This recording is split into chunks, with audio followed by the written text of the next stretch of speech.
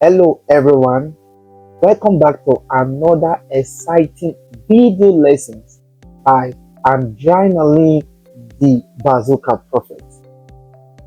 Now, in today's particular video, we're going to be learning about the invertebrate Phyla under the kingdom Animalian. Now, under the kingdom Animalian, we have what we call the vertebrate and the invertebrate. Of course, vertebrate animals, they are animals with backbone. But in the case of the invertebrate, they are animals without a backbone or a vertebral or column. Now, at the end of this video, you should be able to understand how scientists were able to classify these invertebrates basically into different groups, which we call the phyla, but there are many. Phylum because it is just one. Now, basically, it is based on their body structure and their characteristics. Now, this video is useful for students preparing for GCSE examination, right? IGCSE examination, or different examinations that you are currently preparing for, and these are the basics of the foundation of biology under the 5 kingdom scheme of classification according to ROH Whitaker. So we move on to the first part of this video, where we'll talk about some few parts, right? Okay. Now, under the kingdom Animalian, whereby we have the invertebrates, which are organisms without backbone, right? We have several phyla that forms it. Now, the phylas are, in a short form, are the PCP Name, whereby the first P stands for the Porifera, also called the sponges. We have the Coelenterates, also called the Cnidarians. We have the Platyhelminthes, right, as PCP. The N stands for the nematodes. The A stands for the what now? The annelids. We have the mollusca. We have the echinodermata.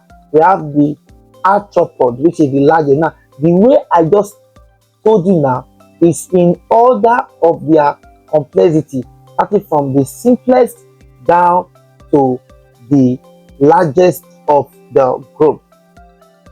Now we move to the first one, which we call what? The phylum Porifera. We'll talk about some things about them, which are their features, their characteristics, and their examples. Now, the other name of the Porifera is also called what? The sponges. And what are their characteristics? One, they are the simplest multicellular what? Animals. They have no true tissues or organs. They have an asymmetrical body, and they have pores. These pores are called ostials for water flow, and they are sexile. What do we mean when we say something is sexile?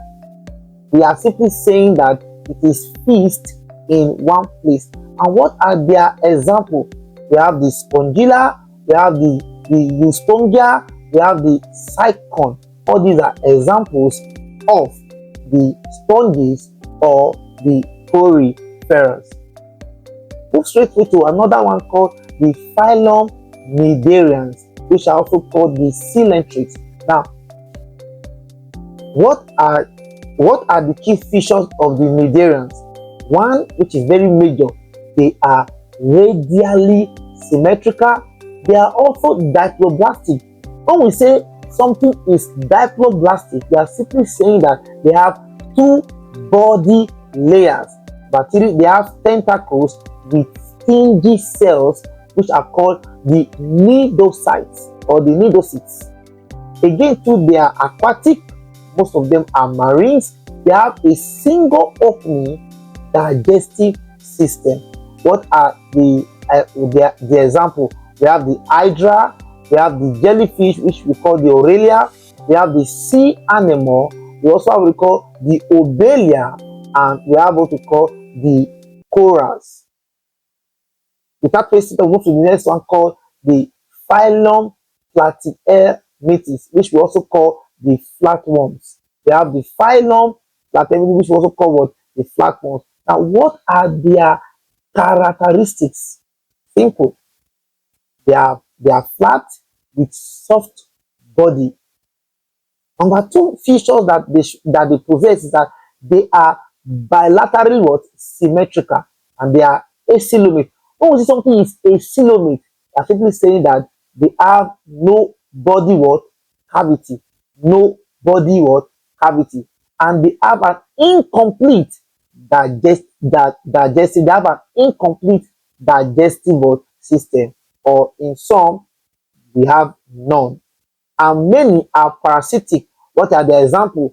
We have the planaria. Now take note, the planaria, even though they are under the Platyhelminthes, they are free living. Though we know that their major features is that they are parasitic, but the only free living among this